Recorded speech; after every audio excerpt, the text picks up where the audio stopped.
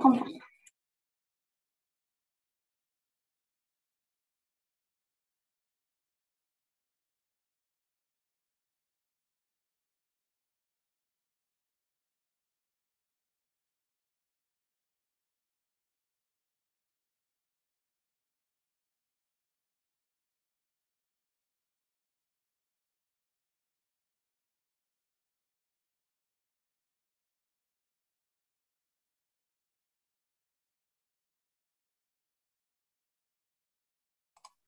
Good afternoon. We're going to get started in just a moment. Waiting for a few more people to join the meeting.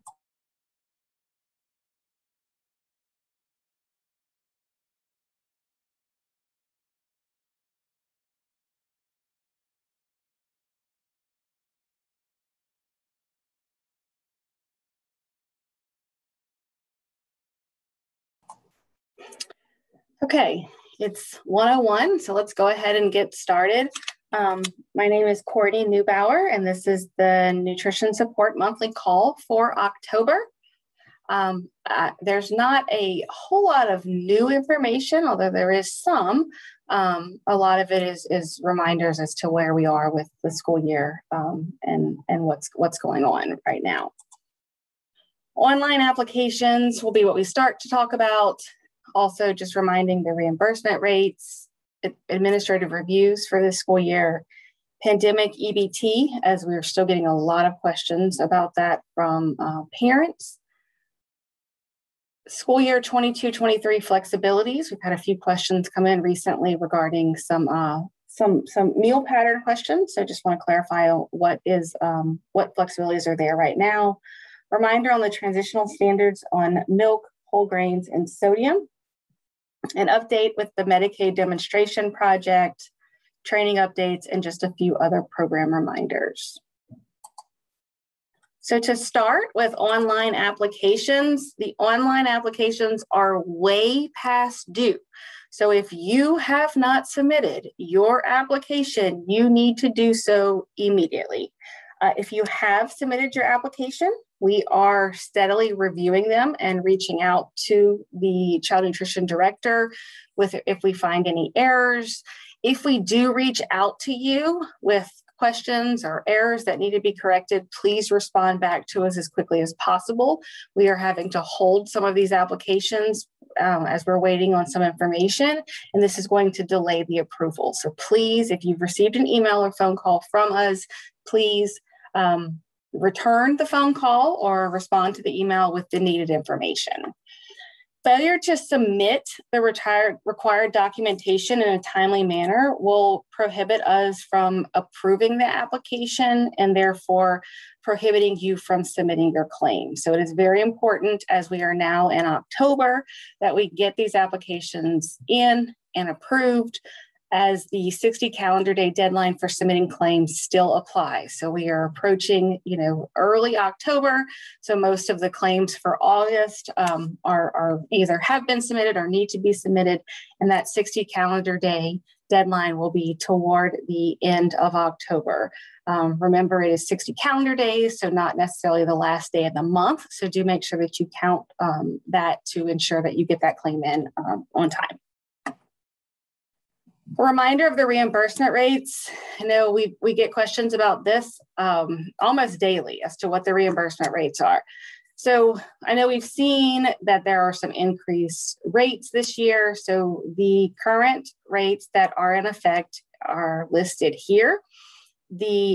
So our rates that we're going to have are going to be the first column of the less than 60% for those SFAs that have less than 60% free and reduced. And then also the third column of the 60% or more. So those are going to be the SFAs that have 60% or more free and reduced. All the other columns on here are not needed, as they do not impact any of the programs in Louisiana. The breakfast rates are also available. The temporary addition that was added through the federal act is included here. And so those amounts are listed here. We have the severe need and the non-severe need amounts listed here. Same thing for SNAC. So I wanted to go ahead and include these again so that you would have a resource. So we can, when this is posted to Louisiana Fit Kids, you can print the slides and keep them available so you have a reference of those reimbursement rates for the remainder of the school year. Administrative reviews. So the administrative reviews are underway. So they are happening. We started them earlier in September. The schedule without the dates is posted on their resources on our website.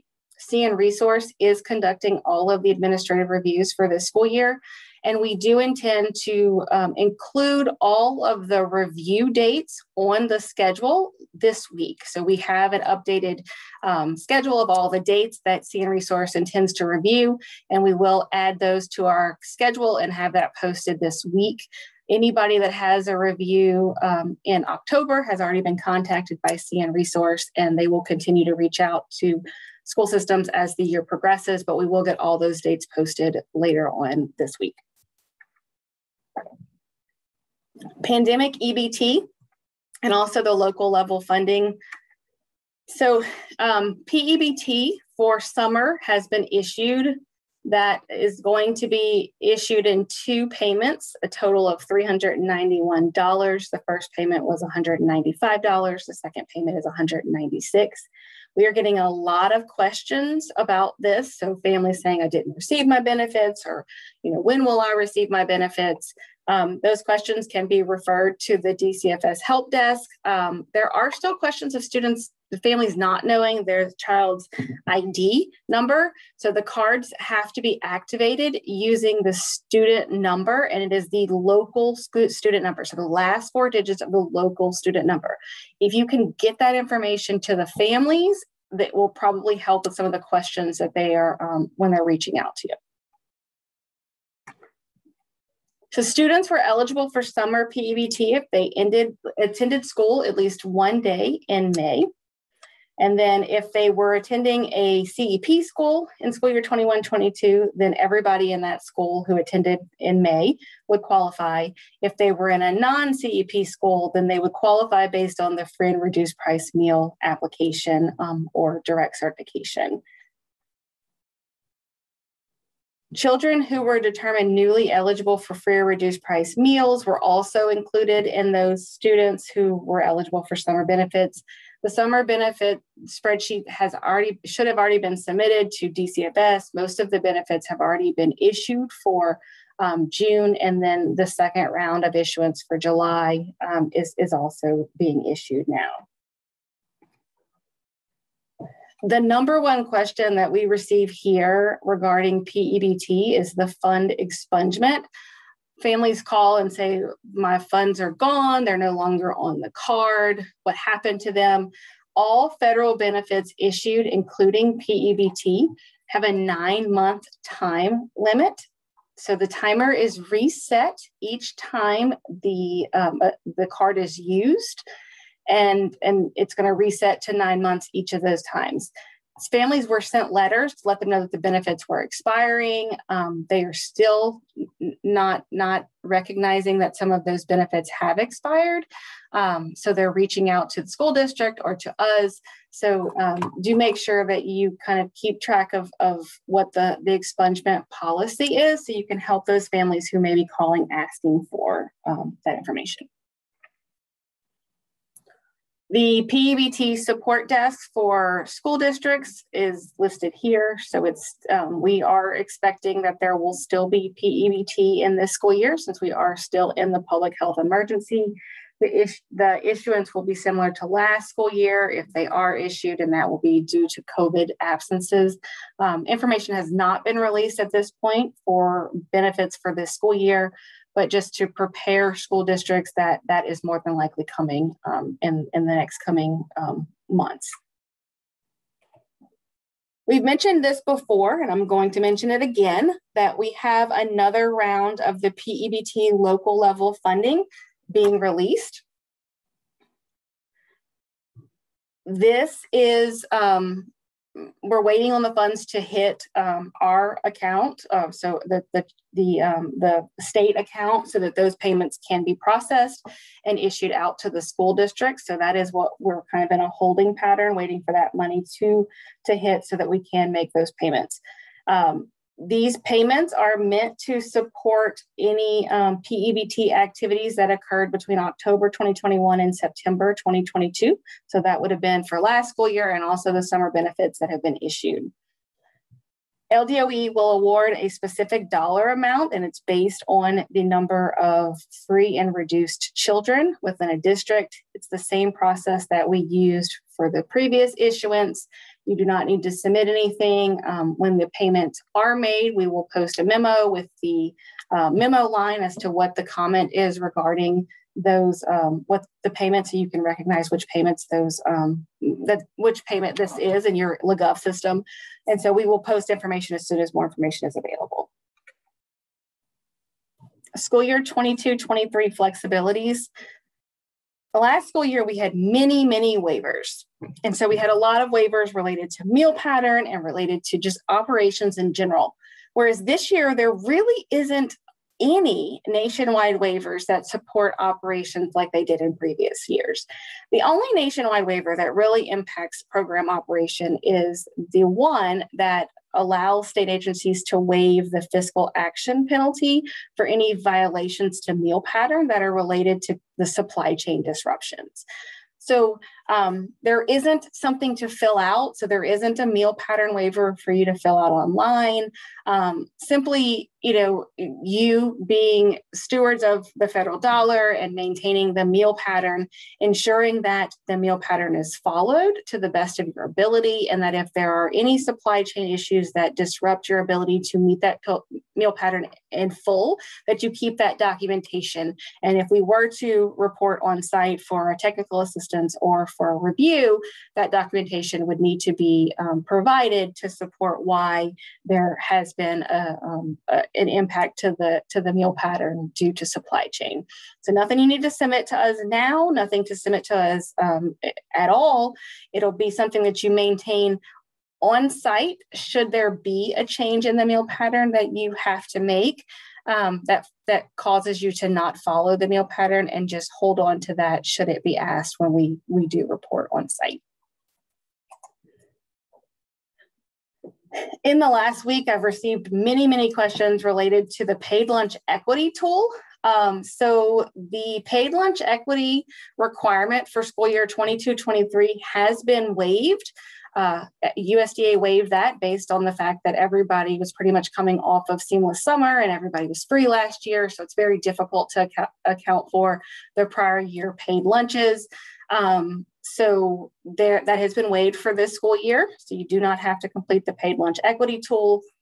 Carryover eligibility, that was for the first 30 days of the school year. I would expect that all of us should have gotten past that first 30 days at this point. It's usually sometime the end of September that date falls. We also have some flexibilities with the severe need reimbursement and the 2-cent differential for anybody that may be a new school that is participating in National School Lunch, School Breakfast.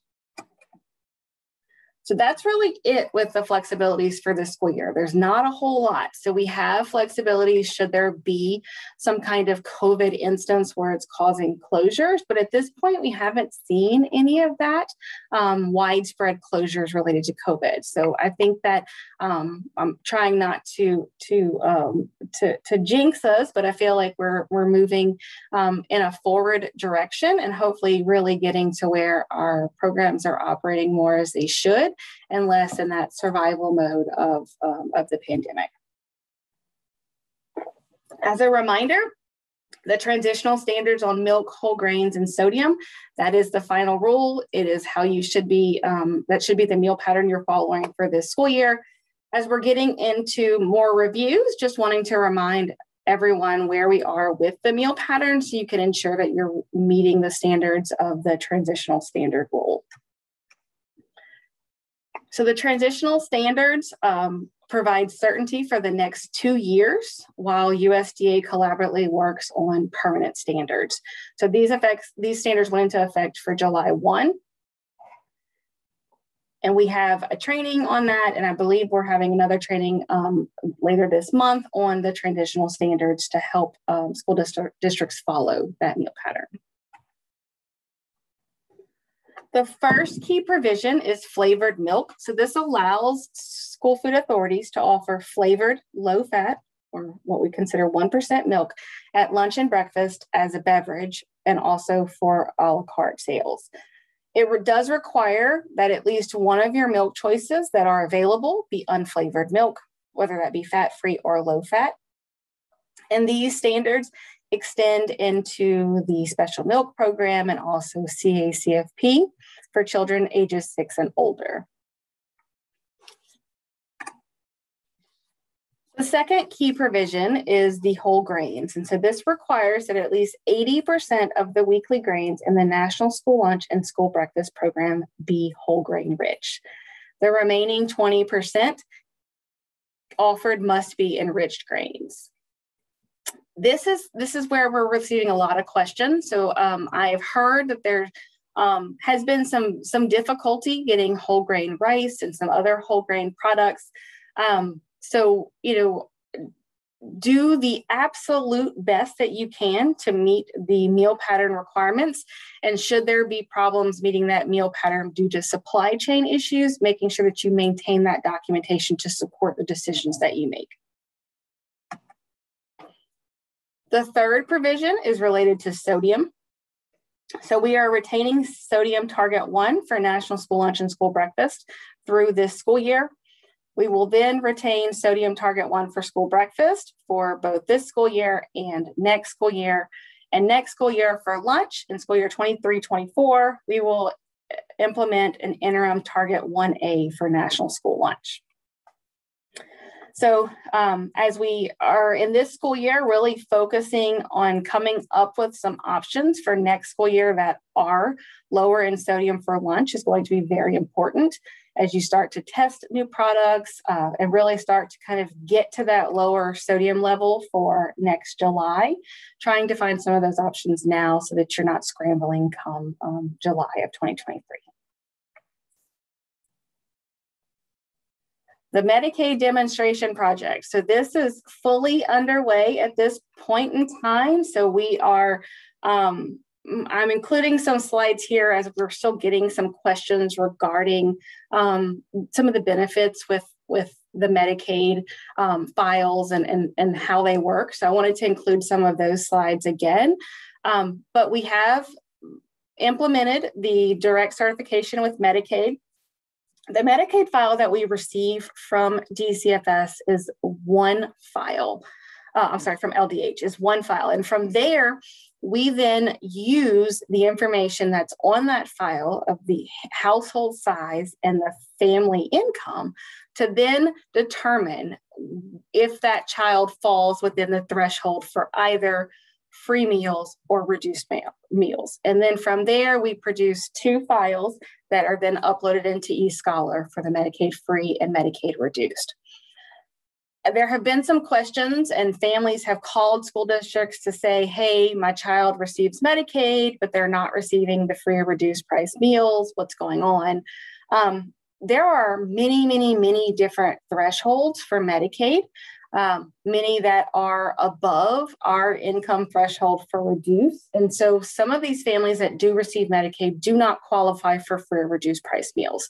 So just because they receive Medicaid doesn't mean that they're guaranteed to receive free and reduced price meals. We are still having to look at the income information and the family size that was provided to Medicaid to determine eligibility for free and reduced price meals. So if you get questions about why there may be a child that isn't qualifying, it may be due to the fact that we are still having to use those income guidelines that we have for our program that do not necessarily match up to Medicaid.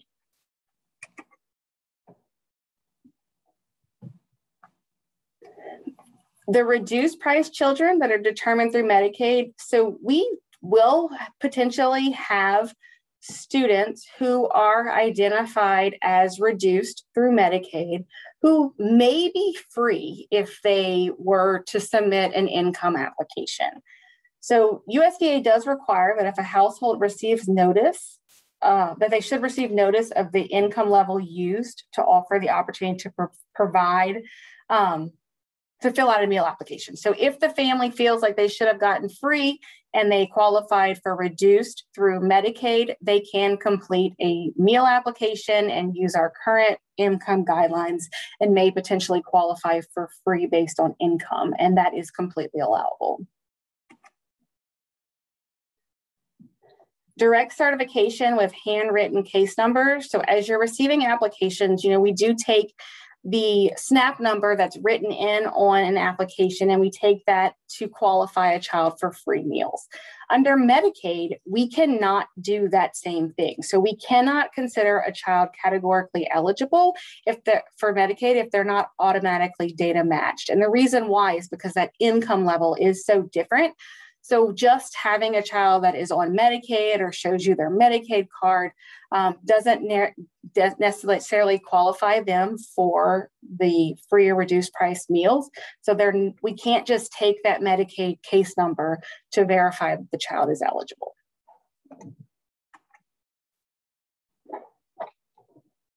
Students who are already free or reduced price based on an application or direct certification with another program cannot be negatively impacted with a match for Medicaid. So if they are determined to be free, particularly through SNAP or TANF or FDPIR or homeless, runaway, Head Start, foster child, or that they have a free application, then that free status would always supersede the Medicaid reduced status. So no matter what, we want to give the child the best benefit. So if it is a child that it qualifies for both free and reduced, you always want to give the child the free benefit.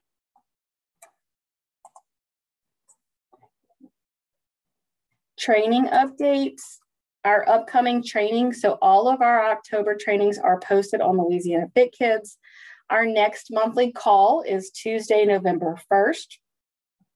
We do have many trainings this month. Tomorrow we have the nutrition support office hours at 1 p.m. Thursday, October 6th, we have professional standards and tracking tool. Tuesday, October 11th, we have the National School Lunch and School Breakfast Transitional Meal Standards. Thursday, October 13th, we have civil rights.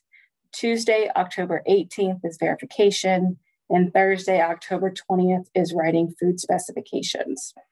If you recall, also in September, we had a training we had scheduled a training on the equipment grant, and that training has been postponed due to some information that we had gained from USDA. So I do anticipate over the next few weeks that we will then have that training added back onto the schedule in October. So be on the lookout for that. All of the agendas and the Zoom link are posted on Louisiana Fit Kids. And then we do post the training slides and the recorded videos to Louisiana Fit Kids after the trainings are complete.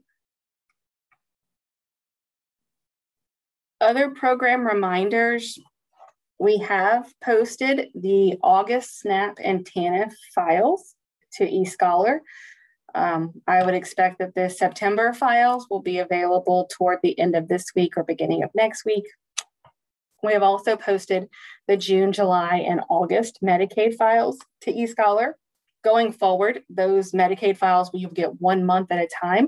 We kind of had a backlog with the start of the school year and wanted to make sure that all those students who may have qualified for Medicaid in those earlier months that may have fallen off due to no longer qualifying for Medicaid still receive that benefit of the free meals, since that status is good for the entire school year.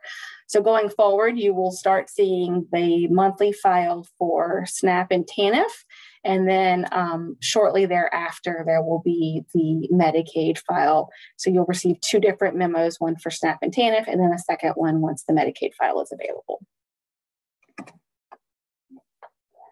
The second allocation of supply chain assistance funds. So the first allocation was done last school year. Most of you probably remember that. We have been announcing that we were going to pay out the second allocation, and from what I have gathered, those payments were issued yesterday, so they should start hitting those accounts today or even yesterday. We will be posting a memo with the payment amount as well as the information as the issuance date and what to refer to in LaGov to ensure that this is the supply chain assistance payment.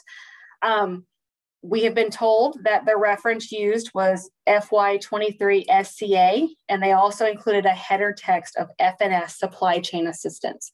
So last year, we had included the SCA funds, and there was some confusion with a lot of school districts as they thought that money was for another purpose that had a similar acronym. So we tried to make it a little bit clearer this year with including the FNS supply chain assistance. So those payments, like I said, were made yesterday. The payment amount will be very similar to the first payment amount. The amount of money that we received was pretty similar, a little bit less, but pretty similar. So fairly close to the amount that you received previously. We used the same calculation. So it's based off of enrollment. So there was no additional calculation or needed anything from the school districts.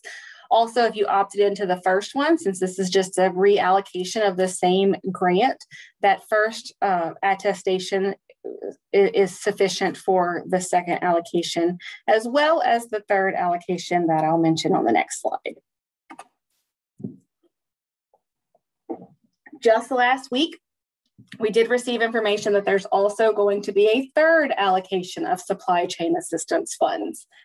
At this point, we have not received those funds, so I would not anticipate that those payments would be made until toward the end of the calendar year or even the beginning of the next calendar year. We don't expect those payments to come until possibly November. We are going ahead and we've made the calculations, so we are determining the payment amount for each of the school districts. The amount that Louisiana is receiving for the third allocation is about half what we received for the first and the second. So the payment that is provided to the school district with the third allocation will be about half of what you received with both of those other two allocations. The requirements are still the same. So you'll still have to use those funds to purchase unprocessed or minimally processed domestic food products. And we will use that same calculation, same formula to distribute the first and second rounds. So there's no additional information needed from the school district, but just so you're aware that there will be a third allocation coming. So first allocation was done last school year, second allocation was yesterday, and the third allocation will be sometime toward the end of the calendar year, beginning of next calendar year. We also have some other funds. So we have the equipment grant that has been released. So USDA has awarded Louisiana funds to be distributed to SFAs participating in NSLP to purchase equipment. We had to postpone the application period due to some additional information that we received from USDA. So as soon as we have that new application period, we will make that announcement. Priority will still be given to schools where the greatest percentage of enrolled students are eligible for free or reduced price meals.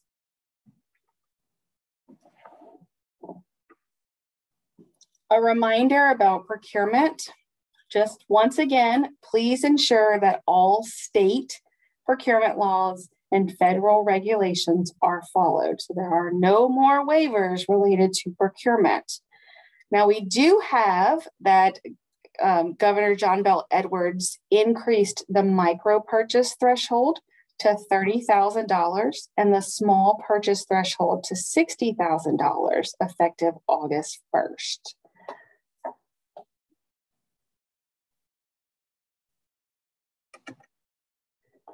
A few other reminders that are also were not included in this is we're going to have some information about a new farm to school grant that will be being released shortly in the next few weeks or months, and also verification. So verification is about to be underway. So your verification, the time period is now. So October 1st is when verification begins. So making sure that any districts that accepting meal applications that you are following the requirements for verification. We will have a training in, I believe, November for the actual online form on how to complete the verification form. There will be a requirement this year to report those Medicaid matching numbers. So just be aware that that will be added to there as well. I knew that this was going to be a fairly short training, knowing that we did not have a lot of new information. It was more of repeat. So if there are any questions, please put them in the chat box. If not, then I'm hoping to give you back some more time to your day.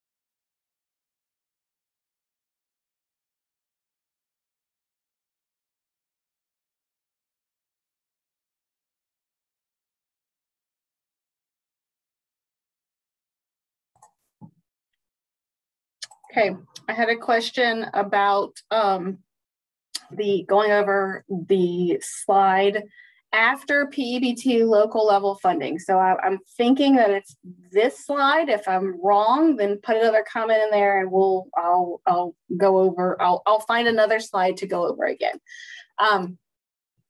So there are no waivers to meal pattern for school year 22-23. So last year you could submit waivers to us saying, hey, I'm not able to meet the vegetable subgroup because whatever. And so this was the time period that you were not going to be able to follow the exact meal pattern, whether it be milk choice or vegetable subgroup. That is that is not the case for this school year. So we do not have any meal pattern waiver for districts to fill out. What we do have is a waiver, a nationwide waiver from USDA that allows the state agency to waive any fiscal penalty. So to not assess any kind of fiscal penalty. So the districts will not have to pay us back if there are meal pattern violations related to supply chain issues. So if you are in a situation where there's a supply chain issue that disrupts your ability to follow the meal pattern in its entirety, it is your responsibility to maintain the documentation. And should we come on site, whether it be for review or technical assistance, you would then provide that information to us as to why that you're varying from the meal pattern. So nothing to fill out, but really, doing your due diligence of ensuring that we are following the meal pattern to the best of our ability, but also knowing that there are things that are happening that are changing the menu in a matter of minutes, or even hours, or so, it depends. So if maybe you didn't receive a delivery and you're just trying to make do with what you have, getting through that situation with documentation, should we ask for it, but really trying to say, okay, look, we've been at this situation for a really long time.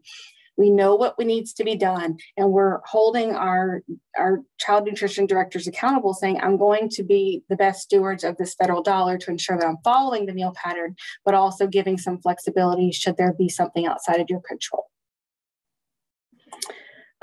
The allocation for the second allocation for the supply chain assistance funds, those went out yesterday. Now that may be that they were scheduled for payment yesterday, so they may not have hit your account yesterday. So that may be today or even tomorrow. So I'm waiting to, we will post a memo. I'm not thinking that memo will be posted today. It probably won't be posted until tomorrow, but we'll have a memo posted with the line as to what you should look for. But you can go ahead and reach out to your finance director and ask if that payment has been posted, and you would be looking for something that contains FY23 SCA and also a header text of FNS supply chain assistance. So that is what is going to trigger that belongs to child nutrition. So looking for that information in LeGov as the payments as they hit your account. We will post a memo with the payment amount and all of this information as soon as we can pull that together. Like I said, I don't expect that to be today. It may not be until tomorrow, but we will have a memo posted. There is a training on Medicaid, and it should be on Louisiana Fit Kids. So we did do a training on that a good while back. It should definitely be on Louisiana Fit Kids under training slides. So if you can't find it, let me know, but it should definitely be on Louisiana Fit Kids under the training section. So SCA funds need to be spent on unprocessed or minimally processed. So it does not have to be completely unprocessed. It can have some minimal processing involved. There have the same information that was provided early on as what would be considered minimally processed is still true here. So really, we're seeing a lot of using it for milk, using it for fruits and vegetables, using it for meat products that are not chicken nuggets or pizza. So using it in things that are more of your items that are still going to be used for either scratch cooking items or a lot of the side items. So whether it be vegetables or fruit, as long as those are still domestic. So that's the other piece that is still critical. So non-processed, minimally processed domestic food products. So if you have products that are not domestic, then they do not qualify for these funds to be used on them.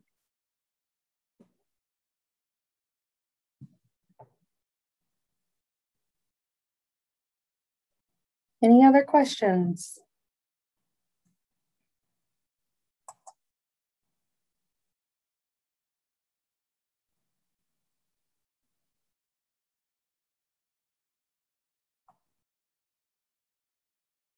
Yes, so there is a question about the SCA funds again, saying that they were on a USDA webinar that said that you can't buy a pre-made pizza, but you can buy all of the pieces of the pizza individually. And that is the case for here as well. So in Louisiana, as well as any other state. So USDA has specified that, you know, the processing involved with buying a pre-made pizza or a pre-made sandwich or pre-made chicken nuggets, you know, that would not be something that you could use it on. But should you want to buy the ingredients of cheese and tomato sauce and other ingredients for pizza, and then you're making that pizza yourself, then those items that you purchase would be able to be purchased with these funds. So it just cannot be the fully processed where you're just heating and eating kind of product.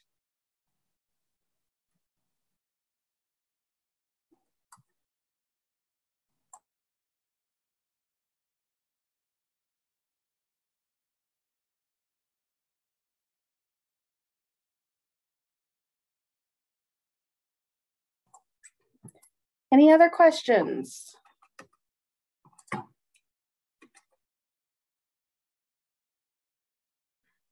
Okay, if you come up with any, can the funds be spent with our vendor? So if you're having I'm assuming this is related to a food service management company, being that they are probably purchasing the majority of your product, then you would need to work with them to ensure that those funds are spent on the appropriate products. We do not expect for the district to go out and buy additional items when somebody else is purchasing all of the foods. You would just make sure you want to, from a distributor. Okay. So yes, you do not have to buy local. So this is not farm to school. So SCA is not farm to school. This is supply chain assistance. This is meant to provide additional funds for purchasing food. But we also are trying to support, the federal government is trying to support, the U.S. as a whole.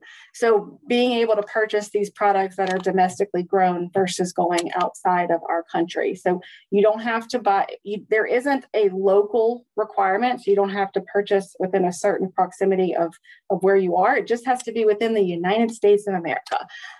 So you can purchase through your normal vendors as long as the product is domestic, which you already are getting that information with the Buy American clause. Or you have the documentation to support that the product is or is not Buy American. So that information will help kind of direct you on what you can use these funds for based on what you've already received probably from your vendor. So you're just kind of using money, this particular money for this particular, these particular products, these foods. But it should support your operation as a whole. So we don't expect you to buy, more products. This is still going to be within the meal pattern, but just kind of using the funds, these particular funds, to support purchasing more expensive products, because we know that food costs have increased. And so you're paying more for food. So giving you some additional funds to make those payments so that you're going to still be able to keep your program afloat.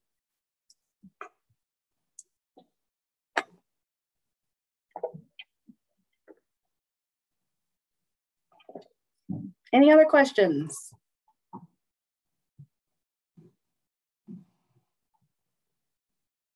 We'll go ahead and finish for today. I'll give you back 15 minutes of your day. Please join us tomorrow at 1 for office hours if you have any additional questions, or feel free to send us an email or call us and we'll be happy to help you. Thank you.